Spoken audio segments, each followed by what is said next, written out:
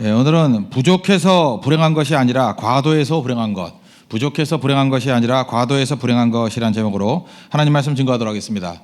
이스라엘 백성들이 출애굽기 14장을 보면은 홍해를 건넙니다. 또 15장 넘어오면 마라에서 쓴물 때문에 고생하는 얘기가 나옵니다. 그러다가 천신만고 끝에 이제 한 달 정도 지나고 난 다음에 엘림이라는 곳에 머무르게 되었습니다. 엘림은 오아시스입니다. 굉장히 잘 쉴 수 있는, 그러니까 요즘식으로 얘기하면 엘림 리조트다 이렇게 얘기할 정도로 정말 편하게 쉴 수 있는 그런 장소였다는 것입니다. 오늘 1절 보니까 이스라엘 자손의 온 회중이 엘림에서 떠나 엘림과 시내산 사이에 있는 신광야에 이르니 애굽에서 나온 후 둘째 달 15일이라. 애굽에서 떠난 것이 첫째 달 14일입니다. 그래서 첫째 달 14일을 6월절 그러잖아요. 둘째 날 15일이다. 딱 한 달 하루 된 겁니다. 그러니까 그 홍해를 건너고 또 마라에서 이게 시간을 보내고 하는 것들이 한 일주일은 지났을 거 아니에요. 그러니까 추정컨대 엘림에서 한 3주 정도 있었던 것 같습니다. 그래서 한 달 만에 하나님께서 더 안주하지 말고 떠나라 그랬다라는 것입니다. 여기서 우리는 알 수 있는 게 이겁니다. 쉼이 우리 인생에도 되게 중요한 것인데, 쉼이 어떤 사람에게는 충전이 되는 경향이 있는데 또 어떤 사람에게는 방전이 되는 경향이 있다는 것입니다. 이유가 무엇입니까? 쉼의 길이, 타이밍 이런 게 너무너무 중요하다는 거예요. 어떤 사람은 너무 오래 쉬어가지고 퍼져버린 사람 많습니다. 그래서 힘을 발휘하지 못할 때가 있어요. 사역도 너무 오래 쉬는 사람이 있죠. 뭐 교회에서 개척 이후에 열심히 뛰다가 이제는 잠깐 쉴래요. 뭐 좋긴 좋아요. 근데 퍼져가지고 완전 방전돼서 갖다 버릴 배터리 같은 사람이 있다고요. 예배도 마찬가지예요. 예배 뭐 쉴 게 따로 있지 예배를 쉬겠대요. 예배도 좀 쉬겠습니다. 그러더니만 영원히 안 오고 뭐 조계종가 있나 어디 간지 모르겠어요. 이런 사람 되게 많다라는 것입니다.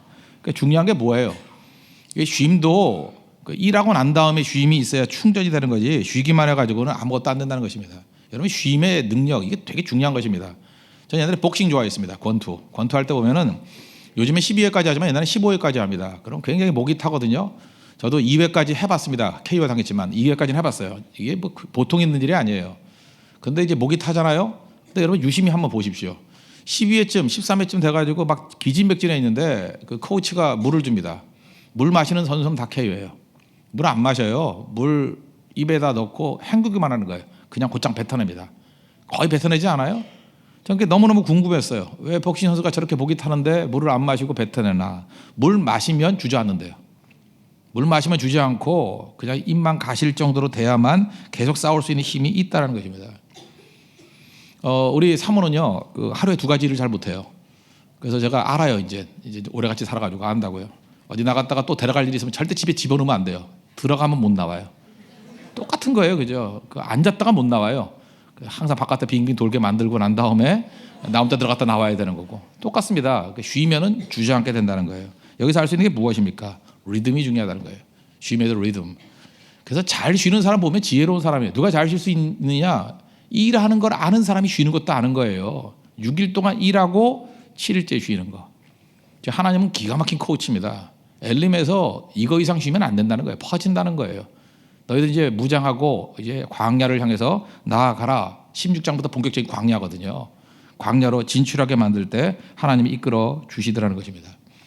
여러분 잘 쉬려고 그러면 6일 동안 가슴 벅찬 일을 해야 됩니다. 그래야 7일째 쉴 수 있습니다. 이 지혜를 얻는 우리 하나님의 종 되기를 바랍니다. 그래서 이건 또 하나 좀 확대 해석을 한다면 이런 것도 있어요. 뭐든지 과잉이 문제예요. 과잉. 뭐 일도 너무 많이 하면 과로, 뭐 그죠? 뭐 많이 먹으면 과식, 뭐 과음, 뭐 있죠? 과열, 뭐 너무 뜨거워도 문제죠. 하여튼 과하다는 거. 과잉이 왜 문제가 되죠? 우리 그죠? 한국 사람 화끈하잖아요. 과잉이 뭐가 문제가 돼요? 과잉이 되면 그 다음을 못 해요. 그게 문제거든요. 과잉이 되면 밤새도록 놀아요. 밤새도록 과잉으로 놀죠. 그럼 그 다음날 일 못 해요. 그래서 적절한 거예요. 적절한 거. 적절한 게 복이다. 적절할 때가 축복이다. 잊지 마십시오. 적절하면 축복인 이유가 뭐예요? 리듬이라고요. 그러니까 여러분 리듬 깨지지 않는 그런 지혜를 갖는 하나님의 종 되기를 바랍니다. 이제 광야로 들어갔습니다. 하나님께서 광야에서 지침을 줘요. 이렇게 살라 기준을 주는 게 16장인데 첫 번째는 하늘과 연결된 인생을 살라는 거예요. 하늘과 연결된 인생. 그러니까 하늘에서 공급받고 우리는 감사드리고 그러니까 내려오고 올라가고 하늘과 연결된 인생. 공급받고 감사하는 인생. 또 이 땅을 살면서는 날마다 수고하는 인생. 하나님께서 우리 인생을 디자인했는데 하나님이 디자인한 대로 살아야 됩니다. 디자이너가 하나님이시니까 우리 인생을 어떻게 디자인했냐면 날마다 수고할 때에 복되게 만든 인생이에요.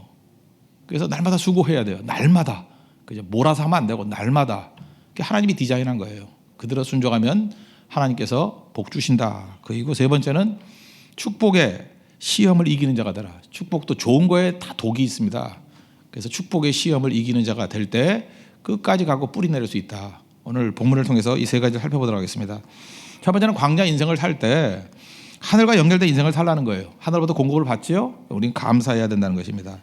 그 4절을 보니까 중간쯤에 보십시오. 이제 만나가 내려오는데 하늘에서 양식을 비같이 내리리니, 이게 히브리어 그대로 보면은 레헴, 베들레헴이죠. 레헴이 떡이란 뜻이에요. 떡, 베들레헴, 떡집, 베트레헴, 레헴 빈 하샤나임, 하샤나임이 하늘이란 뜻이거든요. 정확히 말하면 하늘의 떡이에요. 하늘의 떡을 주신다. 하늘의 양식 주신다. 그 원래 범죄하고 난 다음에 인간은 수고하고 땀 흘려야만 얻습니다. 근데 수고 안 하는데 은혜를 주시잖아요. 하늘에서. 또 모든 먹을 건 땅에서 나죠. 근데 하늘에서 나는 게 있다라는 거예요. 그게 만나라는 것입니다. 무슨 얘기입니까? 성도들은 이 땅에서 땅의 것을 가지고 사는 존재가 아니라는 거예요. 그보다 더 높은 하늘과 연결된 인생이라는 거예요. 우리 임재라는 찬양 맨날 예배 때마다 부르지 않습니까? 하늘의 문을 여소서. 왜 그래요? 온갖 좋은 것들이 하늘로부터 내려오기 때문에 그렇습니다. 그래서 하늘의 공급을 받는 거예요. 그래서 어떤 인생이 하늘의 공급을 받느냐 안 받느냐에 따라서 하늘과 땅 차이입니다. 하늘의 공급을 받으면 거기서 하늘의 능력이 나타나는 거예요. 뜻이 하늘에서 이루어진 것 같이 땅에서도 이루어지는 거예요. 여러분 열린 하늘 속에 살아가는 믿음의 종 되기를 바랍니다.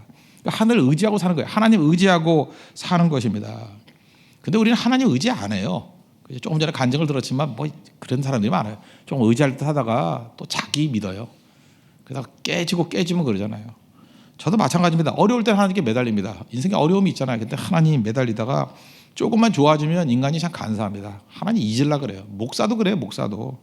그래서 기도할 때마다 이렇게 돼요. 하나님, 제가 많이 하는 건데, 그죠? 이번만 구원해 주세요. 이번만 용서해 주세요. 항상 그러잖아요. 어렸을 때 엄마한테 빌 때 그러잖아요. 이번만 용서해 주세요. 이번만 구원해 주세요. 기도 한참 하다가 민망하더라고요. 하나님이 이렇게 가만히 있는 것 같아요. 그죠? 너 양심이 있니? 조사 바꿔. 이번도 용서해 주세요. 이번도죠. 이번도 구원해 주세요. 무슨 오니가 아니잖아요. 뭐 한두 번 했어요, 그거? 언제나 그러잖아요. 그러니까 우리 간사한 인간들입니다. 그래서 하나님과 항상 연결되는 그런 인생을 살아야 된다는 거예요. 그래서 하나님께서 공급해 주시는 인생, 그게 중요하다는 것입니다. 그러니까 하나님이 공급하셨잖아요. 이번에도 마찬가지예요. 이렇게 고성에서 큰 은혜 주셨잖아요. 그러면 하나님께 감사드리는 건 오래 끌면 안 된다는 거예요. 그냥 곧장 감사해요. 곧장 시간 끌면 안 된다는 거예요. 그죠? 공급이 있으면 곧장 감사를 올려드리는 거. 이게 하늘과 연결된 인생이라는 거예요. 2절 3절 보니까 2절 하반절에 이스라엘 백성들이 원망했다 그런 얘기가 나오고, 3절에 보니까 아주 웃기는 얘기가 나와요. 한 중간쯤 보십시오. 우리가 애굽 땅에서 고기가마 겉에 앉아있던 때와 떡을 배불리 먹던 때에 여호와의 손에 죽었더라면 좋았을 것을 우리 왜 끌고 와서 죽이느냐, 뭐 이런 얘기가 나와요. 아무리 봐도 내가 출애굽기 많이 읽었거든요. 나 목사잖아요. 많이 읽었잖아요. 나는 애굽에서 이렇게 고기가마 곁에 앉아서 배불리 먹었다는 걸 읽어본 적이 없거든요. 이걸 뭐라 그러죠? 뻥이라 그러죠. 뻥이라. 거짓말에 거짓말. 애굽에서 뭐 이런 게 있었어요. 애굽에서 노예였고 폭정 속에서 학대당하고 있었고 아들 낳으면 강에 집어던져서 피눈물 났고 그죠? 비참함과 고통이 있었잖아요. 우리 그래요. 하나님 앞에 나오고 난 다음에 마치 과거가 아름다운 양 쭉 얘기해요. 내가 세상 거 다 버리고 주님 따라왔다. 버릴 거는 없었잖아요. 뭐가 버릴 게 있었어요? 그지같이 살다가 온 사람들이, 그죠? 그래요. 뭐 대단하게 뭘 한 것 같이 보여요. 이스라엘 백성들이 이랬다는 것입니다. 그러니까 하나님께 주신 것들 공급에 대해서 감사하지 않으면 곧장 원망으로 가게 된다는 것입니다. 여러분, 원망 또는 그냥 불평이라고 합시다. 불평의 특징이 뭔지 아십니까? 마지막은 하나님께 불평한다는 거예요. 원망의 특징이 뭐냐? 마지막에는 하나님께 원망한다는 거예요. 그래서 8절 하반절에 보니까 여호와를 향하여 하비로다. 너희 원망은 우리를 향한 게 아니라 여호와를 향해서 하는 것이다. 원망의 마지막이 결국은 하나님께 간다는 거예요. 그래서 여러분, 작은 원망, 작은 불평이 이게 무서운 거예요. 이게 자라나면 마지막에서는 하나님께 대한 원망이 된다는 것입니다. 중국 선교사님 이야기를 들은 적이 있는데, 중국 선교사님은 뭐 선교사로는 비자가 안 나오니까 뭐 다른 직업을 갖고 있잖아요. 그래서 뭘 하셨냐면 선인장 농장을 했어요. 중국에서 이게 선인장을 만들어서 이렇게 납품하는, 뭐 겉으로 볼 땐 사업가죠. 근데 이제 시내에 나간다 그랬더니 직원이 그러더라는 거예요. 나가는 길에 그 같은 방향이면 이 선인장 좀 납품 좀 해달라고, 좀 옮겨달라고. 싫었대요. 예, 뭐 직원이 지가 하지 왜 나한테 그러냐. 그 중국 사람 이상하다 그랬는데 또 자기 목상가 하니까 그죠. 웃으면서 그래 가는 길이니까 해줄게. 근데 마음이 좀 찜찜했대. 하기 싫은 거 하는데. 근데 뭐 납품하는 그 선인장이 뭐냐 하면은 금호 선인장이라 그래. 금호 아세요? 이렇게 동그란 거, 동그랗고 무지 큰 거, 여러분 머리통만한 거 있잖아요. 큰 거. 그거 동그란 선인장이 있어요. 그걸 금호 선인장이라 그래. 금호. 거기다가 이렇게 가시가 굉장히 날카로워요. 그냥 거의 뭐 바늘 같아요. 그리고 크고 뭐 그렇다라는 거예요. 이제 금호 선인장을 이제 이렇게 차에다 싣고 가는데 뭐 일반 차에 짐 싣는 거 아닐 때 힘들잖아요. 그죠? 근데 그분이 타는 게 이제 지프였는데 지프 뒤쪽에 옆에 이렇게 뒀다는 거예요. 옆에 이게 두고 이제 보조석에 운전해 가는데 뭐 중국의 도로가 별로 안 좋을 때였잖아요. 이렇게 덜컹덜컹 하기도 하고 그러다가 이렇게 그 좌회전을 하는데 이게 쏟아져 오더라는 거예요. 좌회전 하는데 이 금호 선인장이 안기듯이 이렇게 오더라는 거예요. 안기듯이. 그래서 찔리기도 하고 넘어지고 쏟아지고 그래서 그냥 화가 나가지고 다시 담고 그 잡기도 힘들어요. 그거 그죠? 쏟아진 거 다시 담기도 쉽지가 않다고요. 쭉 하면서 원망이 나오더라는 거예요. 원망이. 왜 나한테 이런 걸 시켰냐고 그놈. 그죠? 내가 그때 안 하고 싶었는데 왜 나 안 한다는 말을 못했지. 자기도 막 자학하면서. 내가 그때 말을 했어야 되는 건데 그죠? 내가 왜 안 한다는 말 안 하고 괜히 목사라 그래서 웃으면서 해줄게. 괜히 그랬다 그러고 그죠? 그리고 또 왜 이렇게 선장은 큰 거야? 뭐 이게 뭐야? 뭐 이게 얼굴 큰 것도 문제인데 이것도 크네 너무. 그죠? 왜 선장이 이렇게 큰 거야? 또 그러고 그래서 뭐 원망하다 보니까 전혀 이 원망은 자기 증식이 있잖아요. 왜 하나님이 나를 중국에 선교사로 보낸 거야? 막 사명까지도 막 흔들어요. 선교사로 왜 왔다는 거야? 그죠? 이 선인장 누가 만든 거야? 뭐 하나님이잖아. 하나님 왜 만들었을까? 막 그러다가 하나님이 문제지. 여기서 정신 번쩍 들었대요. 내가 지금 뭐 하는 거지? 잠깐 자기가 실수한 거 아니에요. 그죠? 운전하다가 너무 급하게 몰거나 제대로 안 묶어가지고 실수한 거 아니에요. 실수에 대해서 원망하니까 원망이 선교사로 부르심에 대한 자기 소명에 대한 원망으로 가고 나중에는 하나님에 대한 원망으로 가고 이게 패턴입니다. 그래서 여러분들 어떤 사람이 하나님 원망하는 사람 보면 그거 처음부터 그랬던 거 아니에요. 아주 지극히 작은 거 하나 원망부터 시작했어요. 나를 뭐 이런 가정에 태어나게 만들었냐니, 뭐 거울 보고 뭐 깨면서 왜 나를 이렇게 만들었냐니, 뭐 작은 거 하나예요, 그죠? 내가 고등학교 갔다 왔는데 이렇게 시험이 많냐니, 뭐 이렇게 작은 거 하나. 그걸 갖다가 표현하다 보면은 엉뚱하게 커지게 된다는 것입니다. 그럼 여러분들 감사는 곧장 하는 거예요. 감사, 그죠? 감사로 채우지 않으면 원망이 채워지게 돼 있어요. 영적인 진공은 없습니다. 그리고 감사가 선행되지 않으면 원망이 나오게 돼 있어요. 그래서 맨 앞에 감사 세워야 돼요. 그리고 감사를 꽉 채워야 돼요. 원망하지 않게 하옵소서. 그거 불가능해요. 무슨 원망하지 않는 게 뭐 내 결심 갖고 돼요? 감사로 채우면 원망은 사라지는 거예요. 여러분 이 원리 꼭 붙들고 나갈 수 있는 우리 믿음의 종 되기를 바랍니다. 그래서 이게 감사를 못하는 이유 중에 하나가 뭐냐 하면은 수단이 우리 인생을 결정해요. 뭐 돈 있으면, 건강 있으면, 뭐 있으면 하겠다. 그런 건 다 수단이잖아요. 수단이 여러분 인생을 결정하지 못하게 하십시오. 뭐 아까 뭐 선교를 뭐 어떤 사람이 간다, 돈 많고 시간 많은 사람이 간다고요? 예, 그렇지 알았다 그러잖아요. 그렇지 않아요. 내부로 들어가면은 수단 갖고 가는 게 아니에요. 목적이 올바르면, 목적이 바르게 돼 있으면 수단은 하나님이 채워주시는 거예요. 수단이 결정하지 못하게 하라. 목적이 결정하게 하라. 목적만 있으면 다 된다라는 것입니다. 종종 보면 이런 거 있어요. 그 외국에 사시는 분들 가운데 그 살아도 거기 살 이유가 없는데 괜히 그 시간 낭비하는 것 같이 보이는 제 눈에는. 예, 그래서 왜 저러고 사나 하는 분이 있어요. 근데 귀국도 안 하고 그냥 내가 볼 때 시간을 이렇게 보내요. 근데 이렇게 얘기하는 분이 있어요. 애들이 공부를 잘해서. 거기 왜 사냐 그랬더니 애들이 공부를 잘해서 산대. 그럼 제가 막 물어요. 그래서 뭐요? 애들이 공부를 잘하는 거하고 뭔 관계가 있어 그거? 여러분들 우리가 지금 우리 한국 사람들 이상한 생각들 하고 있어요. 애들이 공부를 잘하면 공부를 시켜야 된다고 생각한다고. 여러분 그렇게 생각하죠. 다 못하니까 잘 모르죠.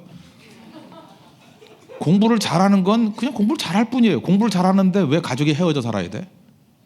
여러분 그래요? 얘가 축구를 잘해서 축구를 잘하면 브라질에 놔두고 와야 되나? 피아노를 잘 쳐서 피아노를 잘 치면 오스트리아에 두고 와야 돼요? 그러지 않잖아 우리요. 공부를 잘해서 공부를 잘할 뿐이에요. 공부를 잘한다고 인생이 뭐 열매 거둔다고 보장 있어요? 여러분 인정해요?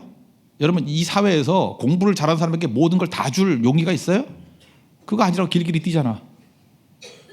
그렇잖아요. 그거 불공평하다 그러잖아요. 어디서 갑질하냐 그러잖아. 근데 왜 여러분들은 그렇게 된다고 믿어요? 공부를 잘하면 그냥 취업의 가능성이 약간 높을 뿐이에요. 그거예요. 실제로 이 땅에서 열매 거둘 때 보면 인간관계 좋아야 되고요. 또 하나님의 축복이 있어야 되고요. 좀 선해야 돼요. 딴 것도 없어요. 표정 밝아야 되고 심술 없어야 되고 잠수 안 타야 되고 인내심이 있어야 되고 그런 사람이 되는 거예요. 나 공부 잘하는 우울증 걸린 사람 한두 명 본 게 아니에요. 정말 공부 잘하고 사회 악적인 존재도 많이 봤어요. 공부 잘하고 회사에서 없어야 될 존재인 많이 봤어요. 속심하려고 수단이 아니 수단. 목적이 필요하다 그러면 목적이 올바르다 그러면 하나님이 나머지 채워주시는 거지. 이런 이상한 말에 다 속고 있어요. 다시 물어봅시다. 여러분 어떤 사람이 자기 자녀가 있어요. 공부를 잘해서 그거에 끌려다녀야 돼요? 공부 잘할 뿐이에요. 그 여러 가지 중에 하나일 뿐이야. 아무 소용없어요. 그거 하나님 은혜 주셔야 되는 거예요. 하나님께서 우리에게 주신 목적, 비전과 꿈이라 그러잖아요. 사명이라 그러잖아요. 그거를 붙들고 나아가십시오. 감사함으로. 그럼 나머지 필요한 거 주시는 거예요. 너희는 먼저 그의 나라와 그의 의를 구하라. 그러면 이 모든 것을 너에게 더하시리라. 건강하다고 하는 것도 아니고 돈 있다고 하는 것도 아니에요. 목적이 지배하는 인생이 될 때 할 수 있다는 것입니다. 하늘과 연결된 인생 사는 축복이 임하기를 기원합니다.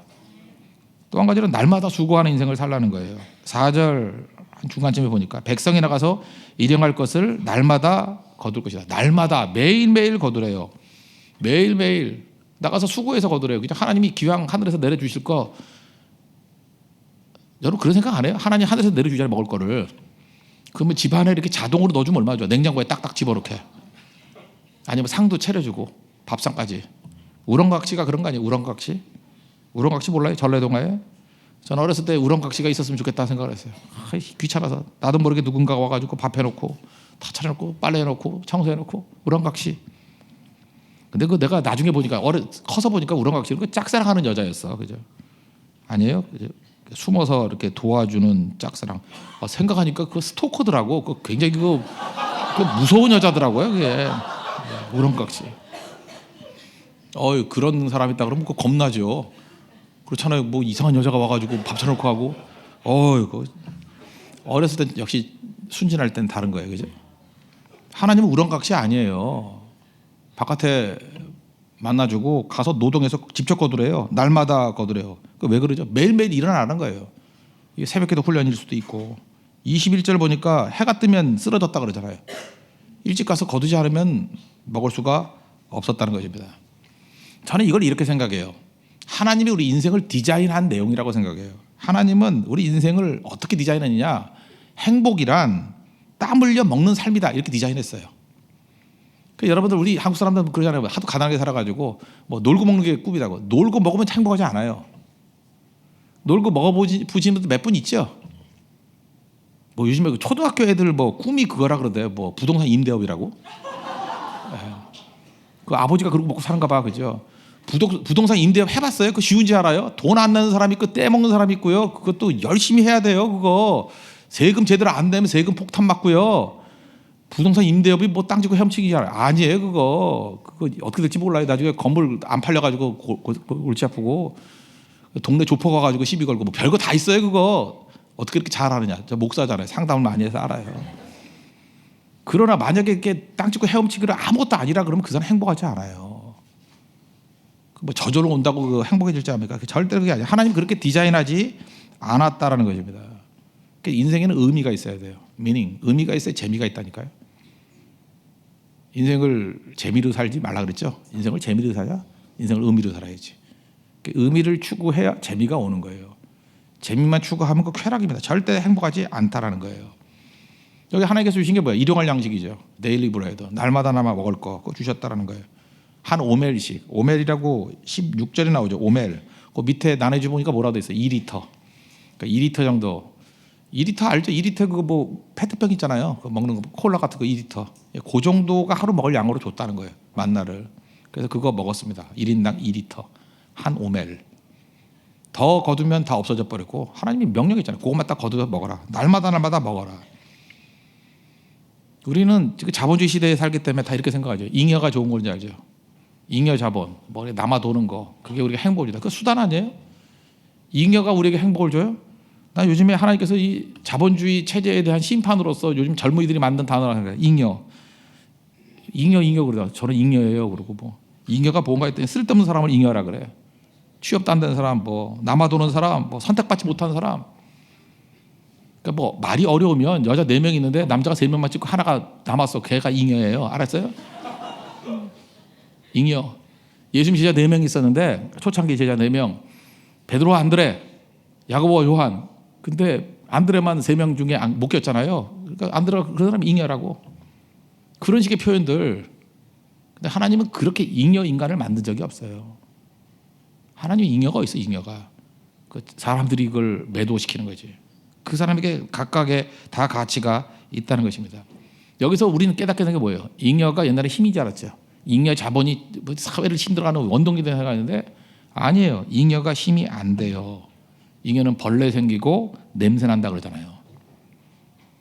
교회도 마찬가지예요. 교회가 헌금 뭐 잉여 헌금 놔둬가지고 쓰지도 않고 있다가 다 그걸로 깨지는 거 아니에요? 상하고 그거 열심히 전도하고 선교하고 해야죠. 그죠?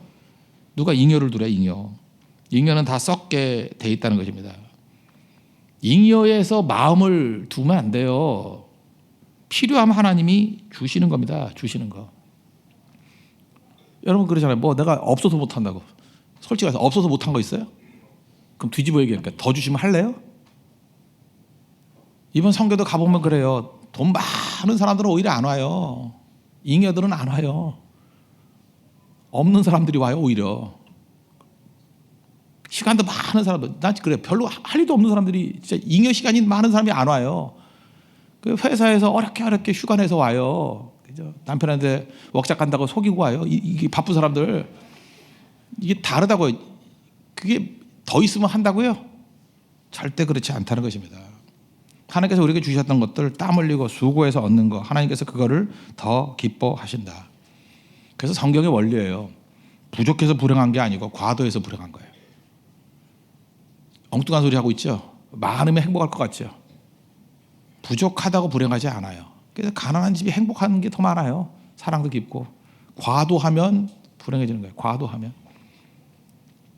롯데 가문 같은 데 보세요. 과도해서 저러는 거 아니야. 부인도 과도하게 많대. 그죠? 다 과도, 돈도 과도하게 많고, 집도 과도하게 많고. 과도한 게 불행한 거예요. 하나님께서 우리에게 정리하게 만든다는 거예요. 하나님이 우리에게 구하면 주셔야 안 줘요. 구하라 그러면 주실 것이요. 찾으라 그러면 찾을 것이요. 문을 두드리라 그러면 열 것이다. 그래서 여러분이 구했단 말이에요. 근데 하나님이 왜 안 주냐 이렇게 말하는 사람 있죠.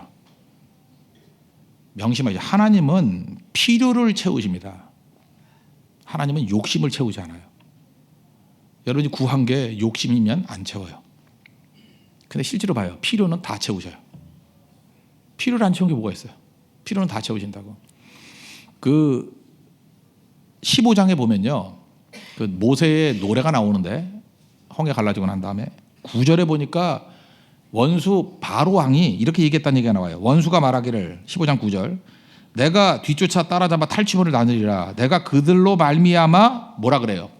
내 욕망을 채우리라. 이게 바로예요. 바로는 자기 욕심으로 사는 사람이에요.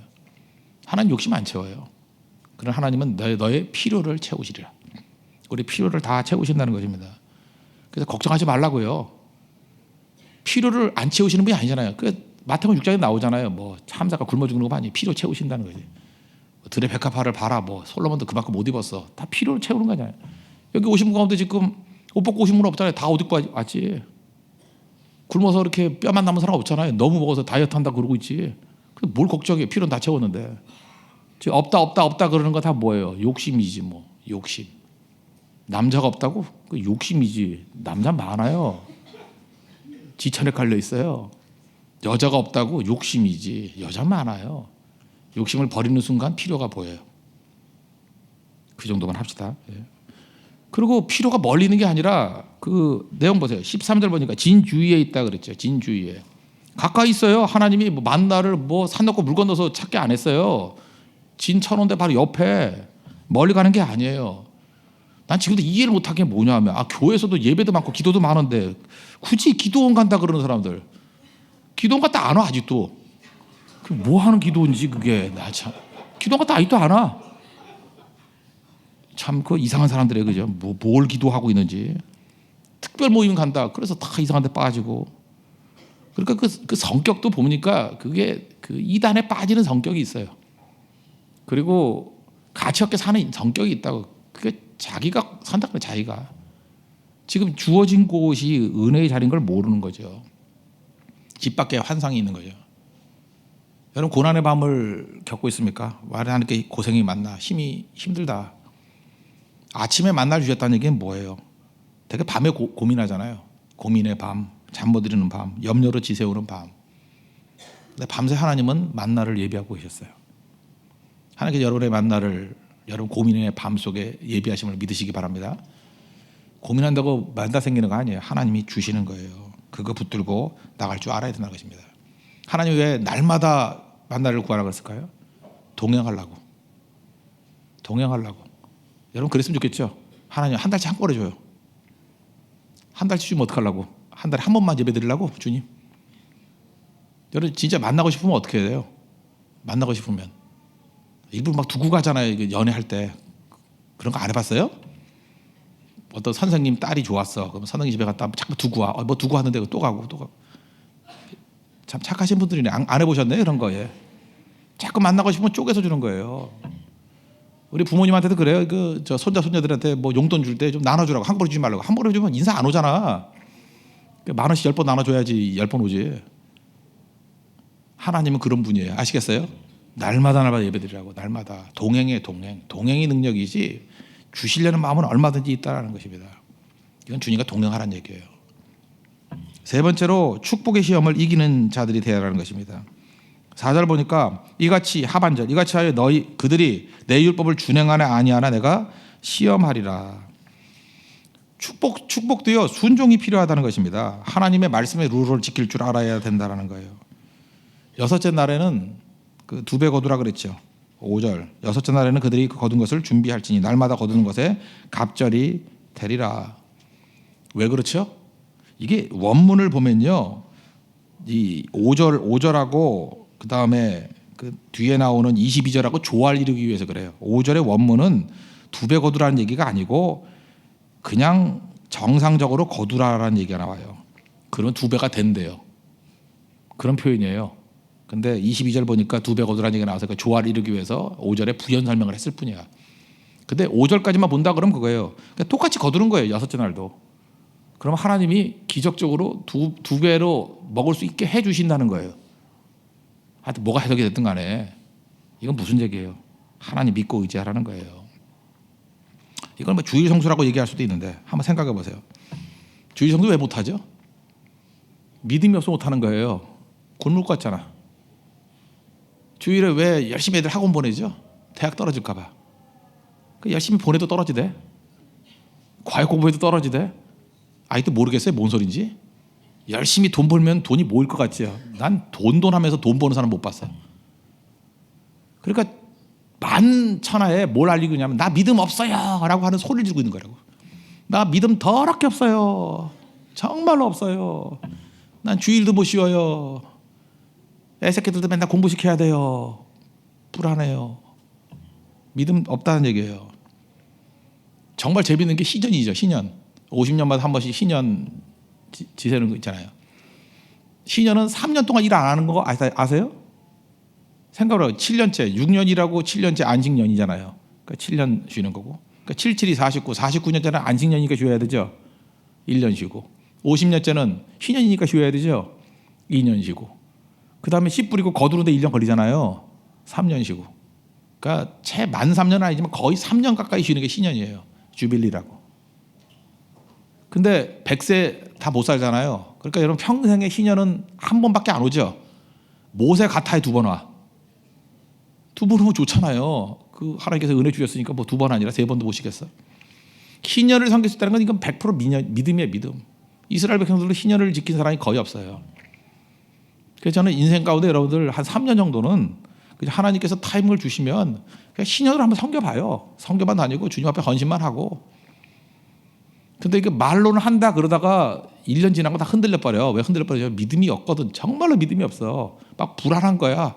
1년 놀고 먹었는데 2년째 이게 될까? 2년은 했어요. 3년째 될까? 그래서 제가 느끼는 게 뭐냐면 참 믿음 보기가 힘들구나 이런 생각을 하죠. 믿음 보기가 힘들구나. 이건 뭐 몇 계명이 아니에요. 이건 뭐 하라는 뜻이 아니라 성경에 이런 내용이 있으니까 하나님께서 마음의 은혜를 주시면 할 수도 있다고 생각해요. 근데 이건 믿음의 믿음. 그죠? 헌신하는 거. 이건 뭐 단기 성교도 가능할 수 있고 이 많은 것들이 있다는 것입니다. 어쨌든 간에 하나님이 주신 축복조차도 순종을 못해요. 즉 고난을 순종하는 얘기가 아니잖아요. 주는 것도 하루치 매일 거두라고 더 거뒀다가 썩어버리고 괜히 그 안식일에 나가가지고 있나 나갔다가 또 욕먹고 뒤에 나오잖아요. 그죠? 정말로 축복도 제대로 복받지 못하는 사람이 있어요. 불순종하면 아무것도 누릴 수 없다는 것입니다. 그 안에 탐심이 있으면 안 된다는 거예요. 인생의 위기가 뭔지 아십니까? 고난이 위기가 아니고 탐심이 감사를 앞서고 자랑이 찬송보다 우위에 서게 될 때 그때가 인생의 위기예요. 자랑하려고 그러지 마십시오. 자랑하려고 그러지 말라고요. 그죠? 하나님께 감사하고 탐심이 아니라 그 하나님께 찬송 드릴 수 있는 그런 하나님의 거룩한 백성 되기를 바랍니다. 그럼 능히 승리할 수 있습니다. 이런 승리를 맛볼 수 있는 믿음의 종 되기를 축원합니다. 모두 자리에서 일어나겠습니다. 하늘의 문을 여셔서 찬양하겠습니다. 우리 임재 하늘이 열린 인생 살게 해달라고 우리 기도하는 마음으로 찬양하겠습니다. 다 같이 공동체 기도 드리겠습니다. 쉼이 방전이 아닌 충전이 되게 하소서. 뭐든지 과잉은 리듬을 깹니다. 6일 일하는 것이 가슴 벅찰 때 진정한 쉼이 가능합니다. 느낌표와 쉼표가 같이 오게 하소서. 하늘의 공급과 하늘에 대한 감사가 있게 하소서. 하늘과 연결된 인생은 강력합니다. 하늘의 공급 없이는 살 수 있다고 생각할 때가 위기입니다. 항상 하나님 의지하고 감사하게 하소서. 불평의 특징은 마지막에는 불평이 하나님께 간다는 것입니다. 작은 불평도 극히 조심하게 하소서. 하늘이 있고 내가 있습니다. 비전 사명이 중요합니다. 도구가 이끄는 삶이 아니라 목적이 이끄는 삶이 되게 하소서. 하나님이 디자인한 인생의 행복은 땀 흘려 먹는 삶입니다. 잉여가 복이 아니라 일용할 양식이 복임을 알게 하소서. 부족해서 불행한 것이 아니라 과도해서 불행한 것입니다. 가까운 곳에 하나님의 공급이 있습니다. 주와 동행하면서 매일 누리게 하소서. 모든 축복은 시험입니다. 믿음에서 순종이 나옵니다. 탐심과 자랑이 아니라 하나님을 바라보며 축복이 뿌리내리는 순종의 삶이 되게 하소서. 예수님의 이름으로 기도합니다. 아멘. 하늘의 문을 여소서.